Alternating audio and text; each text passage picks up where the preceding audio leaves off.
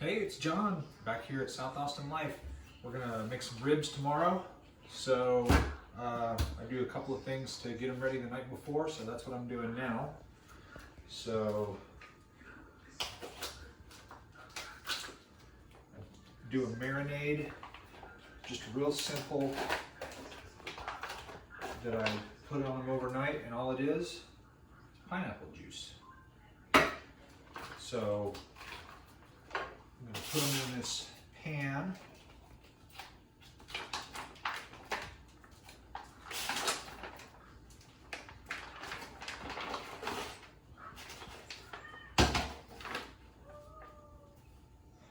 I'm going to put a little skin on here. And some of this fat come in here. Some of this fat we want to take off. Not too much, because fat's where the flavor is. But trim up a little bit of this. And a lot of people get the St. Louis spare ribs where it doesn't have this bone up here. But I think they're missing out. I think that bone up there, it's got a lot of meat on it. It has a good amount of flavor. And it's just more stuff you can eat.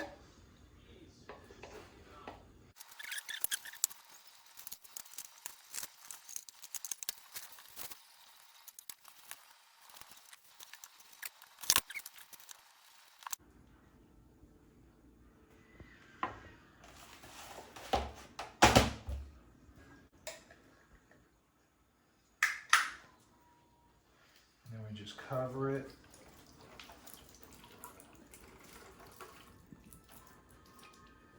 Pineapple juice and let it sit overnight in the fridge.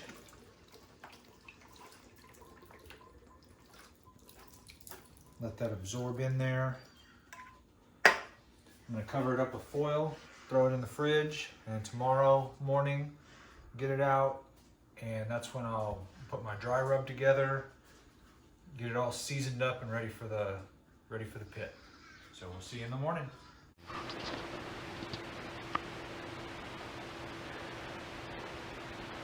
All right, we're back in the morning. We have got our ribs out of the fridge, and what I'm going to do is I'm going to pour all this juice out.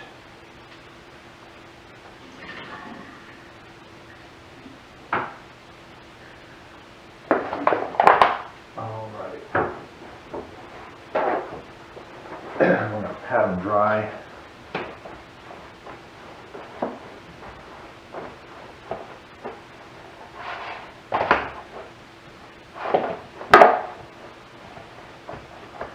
And then we'll start making our rub. I like to keep a rub real simple. People a lot of times get pretty fancy, put all kinds of thousands of secret ingredients in their rub, but I don't think that's necessary.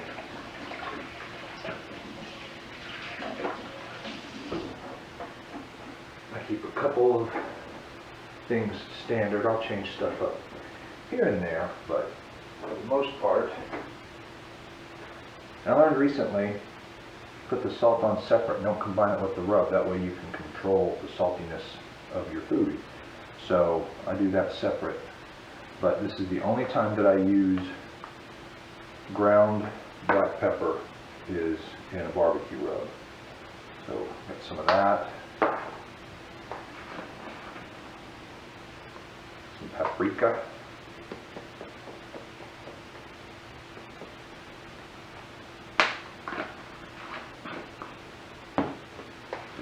Garlic powder.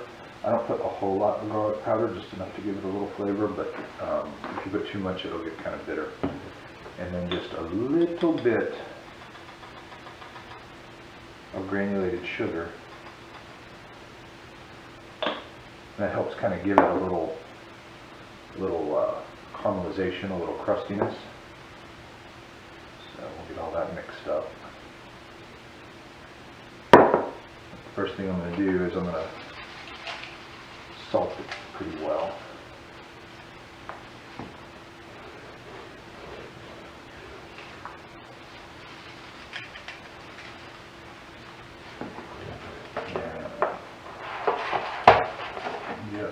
side.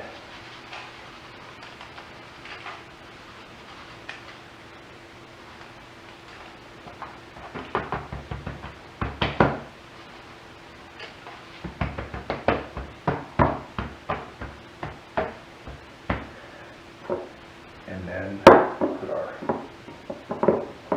rub on. Make sure it gets all over.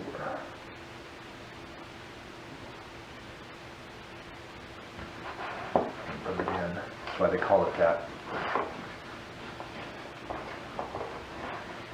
And this is the basic rub that I've been using for years and years, although until recently I would have put the salt in with the rub. But I've tried it a couple times doing it this way, and I do think it comes out better. Flip it over and get the money side.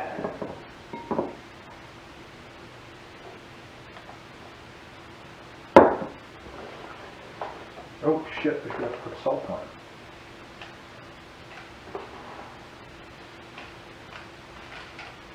I haven't done it that many times this way.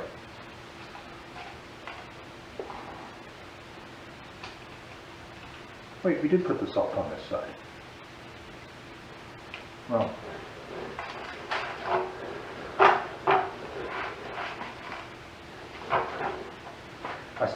my coffee's still brewing, so it's early on a Saturday morning.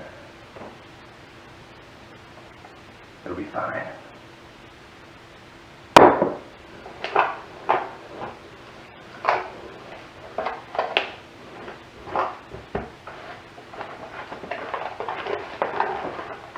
Alright, and we'll get good coating all over.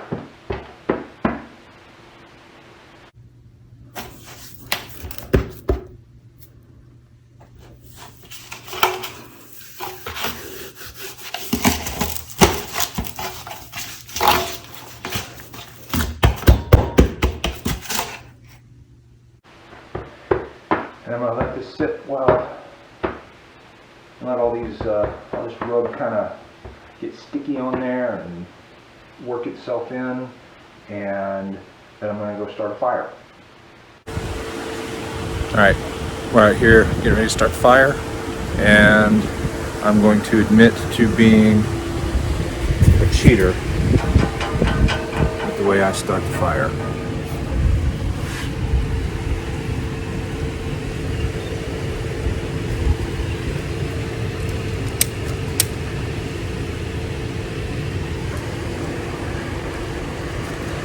But all it's doing is getting the fire started. Once that gets going, I'm going to use a combination of mesquite and pecan. I like that combination, especially for pork. But we'll get the fire going here, and then once it gets stabilized, we'll put the ribs on.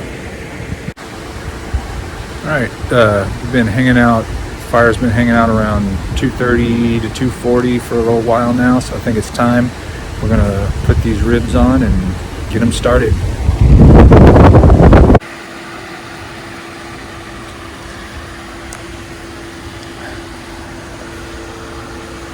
Got a pretty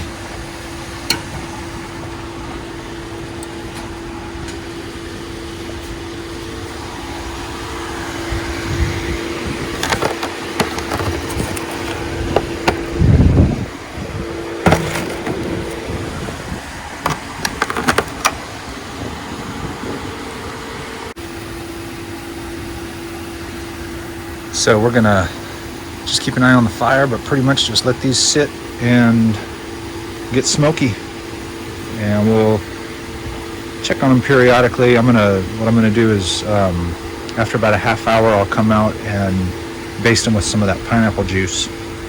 And we'll do that about every half hour until it's time to wrap them up. So there we go. All right, it's been about a half hour, and we've been hanging out around 2:25, 2:30. So we're gonna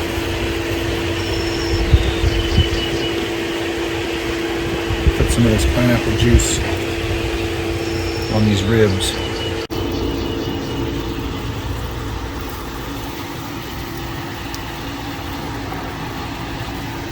One of these days I'm going to invest the $1 in a spray bottle so I can spritz them instead of brushing them. But I've been doing it this way for more than 20 years. So, you know, you don't want to rush into these things. All right. They're looking pretty good. I mean, it's only been 30 minutes, so, you know. But we'll come back in another 30.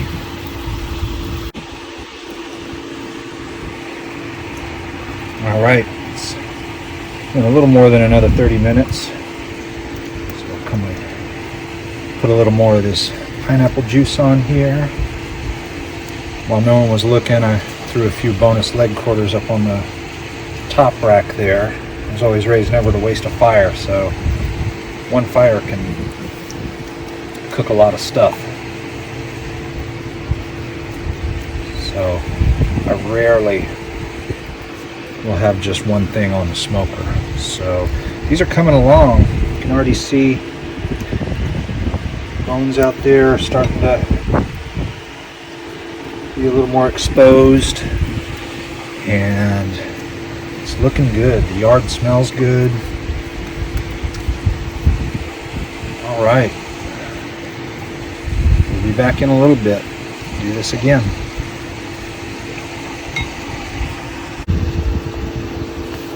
All right, these, I've done a couple more additions of pineapple juice. It's been we're coming up on 3 hours total on the fire, and you can see how it's starting to ease away from the bones. That's when I like to wrap it up. So I'm going to give it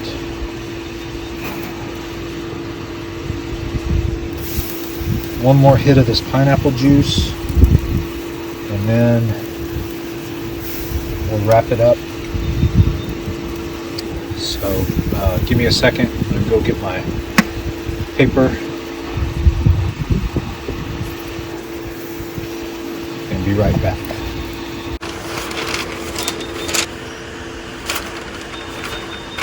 I'll use this side to wrap.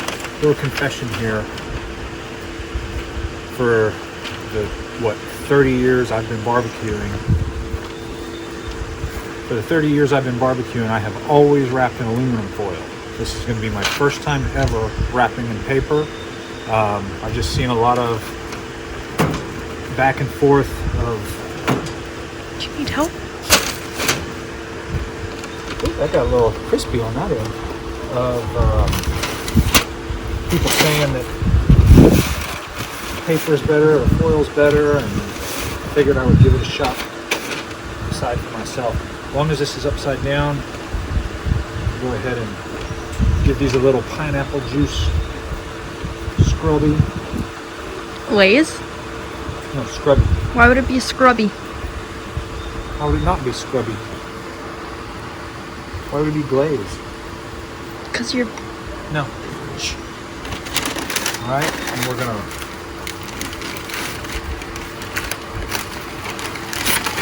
wrap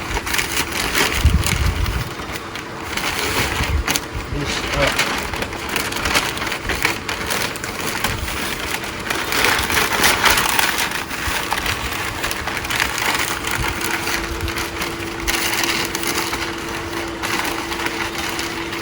I didn't bring enough paper, so I'm going to go in the house, I'm going to get some more paper, I'm going to wrap that back up, put it back on this fire, and we'll check on it again in a little while.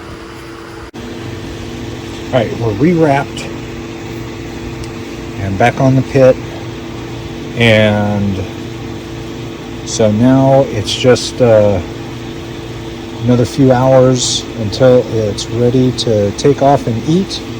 So in the meantime, that gives me time to go for a bike ride. Since I've got my remote probe thermometer, I can take it with me out into the garage and keep an eye on my fire. Having the remote controlled probe thermometer is literally life-changing. Or not remote control, but remote transmitting. So I can keep an eye on my fire.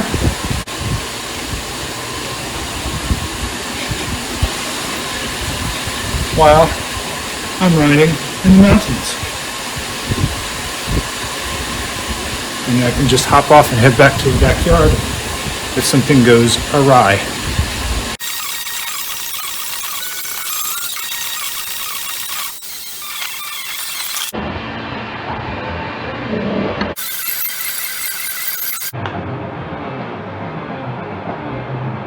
Since my fire is still doing real good, I'm going to skip my run off the bike on the treadmill and go ahead and do it on this beautiful, probably a little bit too warm, but still really nice afternoon. So I'm just doing 20 minutes. Fire will be fine for that long. And then we'll see how it's doing.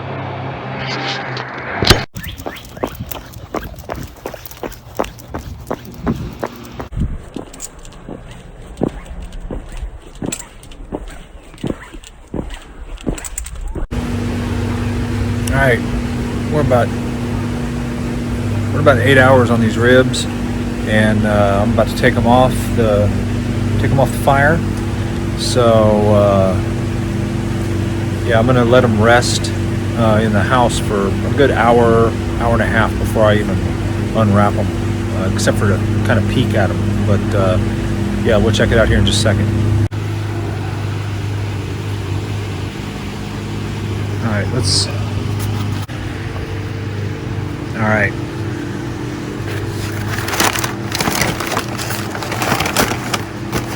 See that, where it's coming away from the bone? Yep, and it's just kind of, as soon as I touch it, it's busting up a little bit, but it's still firm. I don't like them when they're just falling off the bone.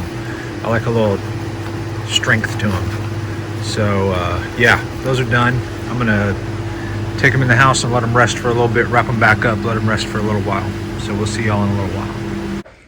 All right. Ribs are rested.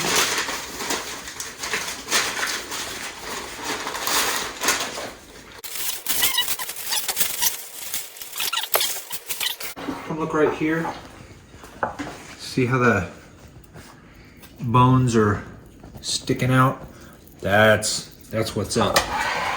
All right, so I'm gonna cut into here. Cut into here. Oh, look at there. Look at there. Look, juicy, bendy. Everybody likes a bendy rib, look. And that meat just pulls off of the bone, but it's not falling apart.